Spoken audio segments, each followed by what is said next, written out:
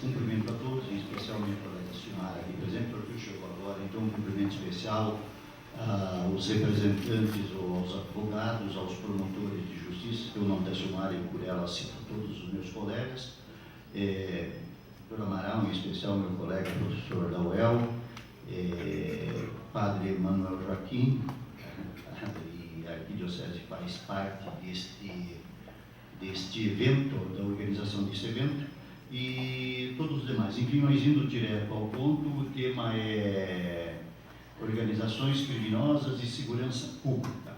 Eu estava pensando o que eu poderia dizer para dar um enfoque especial neste tema, especial que não tenha sido tão reprisado, porque todos aqueles que me antecederam, e certamente os que outros vão falar, e acima de tudo vocês, eu acredito também que tenham bastante dimensão do problema que vivemos. A questão essencial hoje é que a segurança pública, ela é o principal foco de preocupação do brasileiro, revelado por muitas pesquisas. A saúde faz par com este problema, mas a segurança pública é apontada pela maior parte dos brasileiros como o principal problema. Bem, na realidade, quando nós falamos isso, nós já estamos falando que esta sensação de segurança, ela está, ou de insegurança no caso, ela fica demonstrada desde o primeiro momento em que nós tenhamos aqueles crimes que nós chamamos convencionais, ou chamados tais crimes intersubjetivos. É evidente que, se vermos uma perspectiva histórica, nós podemos realmente afirmar que sempre tivemos crime organizado no mundo, ou organização criminosa, para falar melhor. Mas é evidente, muito claro, que com a complexidade que a vida social assumiu, hoje nós temos um volume muito grande de crimes que são crimes relacionados às tais organizações. Estava citando antes uma coisa trivial que é de compreensão fácil de todos, né? Hoje, um roubo de veículo, ele tem, em muitas das situações, ele é cometido porque ele já é encomendado. Ou seja, nós invertemos a situação que era tradicional, de alguém ver um veículo e, por alguma razão, se apropriar dele indevidamente, é lógico, né? Hoje nós temos, então, uma encomenda, existe um contato que sabe quem é que tem a coragem de pegar o revólver e fazer a subtração, ele já deixa o veículo num lugar para que outrem repasse para um segundo lugar e, finalmente, para um desmanche, ou para um remarcador, enfim, posteriormente, se for o caso, para levar para outro país, e nós aqui, especialmente no Paraná, sofremos isso.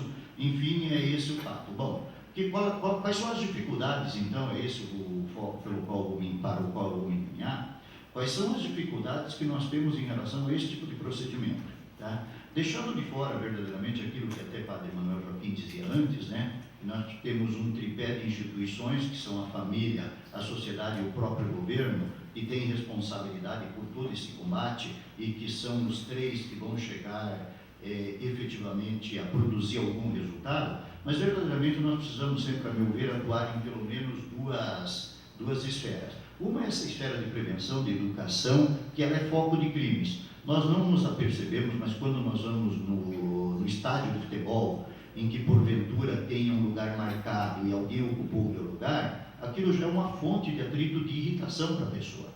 Se a pessoa beber e etc., se estiver brigado com a mulher, aquilo já é um fator de acontecer já uma mútua agressão, etc. Estes tipos de situações, na realidade, nos quais nós não damos muita atenção, é que acaba gerando a necessidade das forças de segurança também atuarem, de todos se irritarem, etc. Então, evidentemente, essa esfera da educação social, nós precisamos melhorá-la muito. Eu sinto a situação que é muito comum aqui na nossa cidade, né? A questão do barulho, né? Já tivemos aqui, como vocês sabem, eu estava aqui ainda moro até hoje, desculpe, né? Mas eu estava aqui enquanto promotor, e me recordo que houve morte de pessoa por um problema que começou por uma festa, né? Morte de pessoa, confusão, etc. Então, a polícia foi chamada para resolver uma questão de barulho, veja. Bom, muito bem. O certo é que, voltando, então eu penso agora, então falando em segurança, dar um foco assim um pouquinho mais ligado ao nosso campo profissional. Como a maioria sabe, ou quase todos sabem, nós atuamos hoje no Paraná com os modelos de grupo de atuação especial, trabalhamos em conjunto com a Polícia Civil, Polícia Militar e o próprio Ministério Público, né? Bom, muito bem. Então, na nossa experiência, o que temos visto, em verdade, né, é que nós precisamos verdadeiramente de exemplo de punição. O tal imperativo categórico, no sentido de aplicação da pena, ele deve ser reafirmado e relembrado. A verdade é que temos duas coisas, uma questão é a educação, etc, mas a outra questão verdadeiramente é a punição. E aí é que a pergunta que se faz é o seguinte: o nosso sistema jurídico, ele é adequado para o combate a essa espécie de crime? Né? Eu quero dizer que eu coloco o combate aqui desde a fase de apuração, por isso, no sistema criminal, eu coloco as polícias, coloco o Ministério Público, eu coloco, obviamente, os advogados naquela sua função, embora bastante específica, que é a defesa das garantias e dos direitos, enfim, e coloco também, obviamente, os juízes. Bem, o fato é que esse nosso sistema aqui, se nós considerarmos agora, nos atemos a nós próprios, esse sistema ele é deficiente, ele não funciona. Ele não funciona porque esses crimes têm instrumentos de combate que são específicos.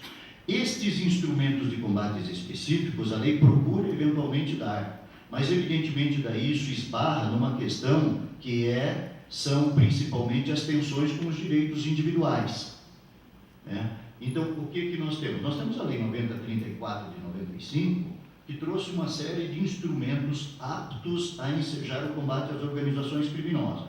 Mas qual é o problema daí?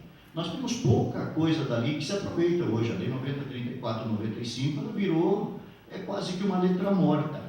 Ela virou uma letra morta porque, bom, ela permite infiltração, retardo de ação. Retardo de ação é uma situação que se pode fazer, se faz, etc. Ou seja, você aguarda um momento mais adequado para a abordagem, para assim avançar um patamar na prisão, ou na apreensão, ou na identificação de responsáveis maiores, que aqueles que são os operadores de um esquema de organização criminosa.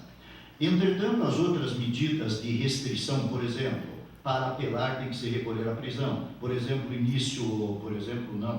praticamente taxativo, a proibição de fiança e proibição de liberdade, a proibição o início de pena em regime fechado, como todos que estão aqui, que são da área do direito sabem, né, têm sido negados, para ir logo ao ponto, a compreensão disso tem sido negada pelo Supremo. Então, esta própria lei, ela, nesse tocante, ela se tornou inútil, exceto contra dois temas: a possibilidade de postergação da ação e exceto também a possibilidade da infiltração. No nosso sistema aqui, apesar da possibilidade de infiltração é algo muito raro. Ou seja, implicar em um policial ingressar numa organização, fingir-se integrante dela para conseguir desbaratá-la, é uma situação na vida real muito difícil. É preciso ter uma pessoa com muito preparo, é preciso ser uma circunstância de tal forma, uma série de requisitos que não ensege um perigo além do normal para essa pessoa. Bem, então eu estava dizendo, e como é que nós vamos fazer em face disso? Bem, então, uma outra questão que eu coloco, o meu olhar é sempre algo crítico, né? Aí entram as seguintes questões para discutirmos. Será que esse sistema, essa forma de apreciação que tem o próprio Supremo ao tentar verdadeiramente sustentar as garantias em direitos individuais, elas fornecem os elementos? Aí eu diria que em parte sim, em parte não. Eu vejo, por exemplo, a questão das interceptações telefônicas, né? A obtenção de interceptações telefônicas, ao contrário do que se alardeia, ela é tremendamente difícil. As autoridades policiais, os promotores que atuam no GAECO, sabem o quão é difícil obter uma autorização judicial de interceptações, né? Sem falar no aspecto de que, em muitos casos, né, as próprias interceptações, hoje, não são um instrumento também que seja muito significativo. Como dito na vida prática, hoje, as pessoas que estão em organização criminosa, eles, ao saber que um dos instrumentos principais de investigação é esse, obviamente, o que eles fazem? Eles a toda hora mudam os telefones, etc, né? E criam uma dificuldade adicional. Enquanto eles fazem isso de uma hora para outra, a cada 10 minutos, a cada meio-dia, se quiserem, nós, os promotores, os delegados, situação do delegado, coitado, nesse particular é pior ainda. Pega a investigação, ele tem que ir lá, vamos, agora vai ao Ministério Público, o promotor está em audiência, ou então, preciso olhar melhor, né? Aquelas coisas todas, né? Então isso quebra, na realidade, até uma cadeia de investigação, que muitas vezes representa exatamente a diferença entre eficiência e ineficiência. Ou seja, eu estava citando o exemplo daquela pessoa a quem foi contratado assaltar alguém para levar um carro, né? Às vezes a polícia, ali por sorte ou por competência ou por ambas as situações, pega aquela pessoa. Bom, aí entra naquilo que quem me antecedeu já disse, né? Nós temos aí, a pessoa vai presa, etc., vai ser solta imediatamente ou quase que imediatamente, e todo o restante, aquela cadeia criminosa, continua, né? Um aspecto também adicional ao problema representado por isso, né, advém exatamente de que estas tais organizações, elas trabalham com um interesse prioritariamente econômico. E vocês sabem, eu estudei economia, e sempre digo o seguinte, a gente sempre ouviu falar, o direito é uma ciência ética, a economia não é ética, é a ética em termos, ou seja, ela não entra nessa questão, ela entra na esfera, é mais produtivo, dá mais lucratividade, dá mais resultado ou não. Pois bem, o certo também, meus amigos, entendeu? Quando o direito briga com a realidade, ele invariavelmente perde. Aí nós entramos nas tais leis que não pegam, que não dão resultados, né? Então, o que nós temos aí com dificuldades são essas situações de vida prática que nós todos enfrentamos, que desbaratar crime organizado, sem que tenhamos alguns instrumentos, eu não diria especiais, porque eu também não advogo naquela mesma linha do direito penal do inimigo, do Jacobs, etc., né? Que pelo menos é objeto de muitas discussões na Europa, né? Eu coloco tudo na esfera da nossa eficiência, ou seja, o que nós conseguimos ou não. Não me parece que eu deva excluir quaisquer direitos individuais previstos na nossa Constituição para combate ao crime organizado, mas eu adequaria, sem sombra de dúvida, uns ou outros. Eu me atreveria a dizer que, por exemplo, né, para um combate rápido a certas situações, a busca e apreensão, né, exclusivamente ditada por ordem judicial, inegavelmente representa um empecilho de time, de tempo. Não em tudo, não, mas em algumas situações é evidente. Eu quero dizer até, em Portugal, por exemplo, né, tem também todas as garantias, eles são até mais garantistas que nós aqui no nosso país. Entretanto, a polícia pode agir, ingressar em casa, obviamente, se bem que nós também poderíamos, né?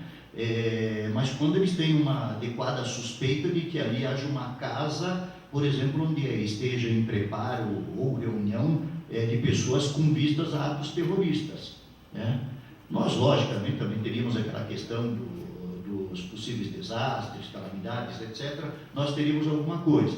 Agora, o que eu quero dizer também, em decorrência disso, é que quando nós temos uma resistência legal contra o agente, uma resistência forte, é óbvio que o agente policial, por exemplo, vai pensar 3 vezes. É aquela mesma história do policial poder adentrar numa casa sem autorização, desde que lá seja, por exemplo, usada para tráfico. Aí entra aquela questão, já policiais, alunos já me perguntaram, mas se eu entrar e não encontrar nada? Falei, bom, meu amigo, daí você tem um problema de explicar com a boa fé. A questão é essa, né? Autorizado legalmente no entanto, a questão da boa fé ou da justificativa. E, logicamente, tudo isso é um problema complexo, isso tudo ainda é complementado por uma questão que é a nossa capacidade de quem está no sistema, especialmente a boa fé. Não tem instituição que persevere se ela não for operada por pessoas que tenham verdadeiramente preparo e que tenham, acima de tudo, a boa fé. O mesmo instrumento que eu posso usar para fazer uma coisa boa, outras pessoas vão usar aí por uma coisa ruim, ou vice-versa, como queiram, né? Então, portanto, nisso tudo entra, então, mais a longo prazo, um melhor preparo de todos nós, e especialmente eu estou concluindo agora. Eu, pessoalmente, tenho tentado estudar a questão da ótica da segurança, exatamente na segurança geral, especialmente no Brasil, em face dessa situação do nosso sistema jurídico, né? E essas ideias verdadeiramente que eu trago, é que nós precisamos, ao final de tudo, mudar radicalmente o nosso sistema, tá? E vou encerrando, mas para dizer o seguinte: o modelo de investigação burocrático, com base nesse inquérito, com as expressões "comigo, escrivão de seu cargo", ali presente, aqui presente, estas necessidades de tanto floreio com pouca essência.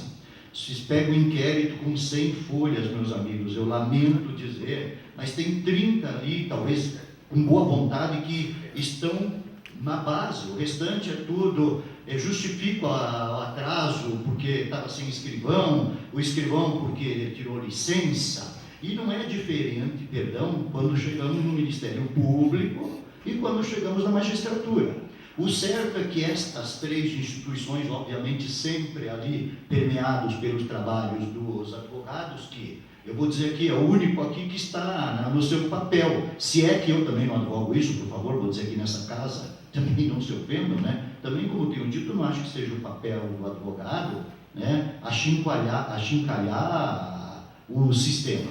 Eu acho que, pelo contrário, as linhas de defesa, com técnica, elas são propostas, etc., com grande propriedade, e nós não temos, essencialmente, no Brasil, embora tenhamos uma população carcerária em número elevado, né, mas nós não temos, assim, uma situação que um judiciário seja particularmente injusto ou ruim. Muito pelo contrário, o resultado do judiciário, formalmente, daí já contém o trabalho de todos, inclusive da polícia, ele é bom ao final, eu reputo como bom. O problema é que ele é tão demorado, e aí digo por mim, eu não vejo mais sentido se demorar 20, 18 anos para um julgamento, mesmo que seja do júri, e os prazos prescricionais sejam longos. Aquilo, estou verdadeiramente concluindo agora para dizer o seguinte: nós só combatemos com eficiência maior de instrumentos, com eficiência pessoal e treinamento, que não hajam tantos obstáculos e que se mude, é preciso mudar o sistema verdadeiramente, aí, o sistema legal, para que nós tenhamos o seguinte sentido, e aí que a dificuldade vem evidentemente nas nossas discussões. Precisamos preservar as garantias. Eu sempre digo, eu também quero todas as garantias para mim. Não abro mão de nenhuma, eu quero. E todos queremos e devemos tê-las. Entretanto, o que nós precisamos é equalizar isso com um mínimo de eficiência no sistema. Porque se nós tivermos o mínimo de eficiência, a pessoa que comete um crime, uma parte, pelo menos, eu não diria, como já dito, aqueles criminosos que são profissionais, mas talvez até alguns daqueles, nesta organização, alguns daqueles membros nós consigamos tirar fora daquela vida. Desde que, como eu digo, haja o fato numa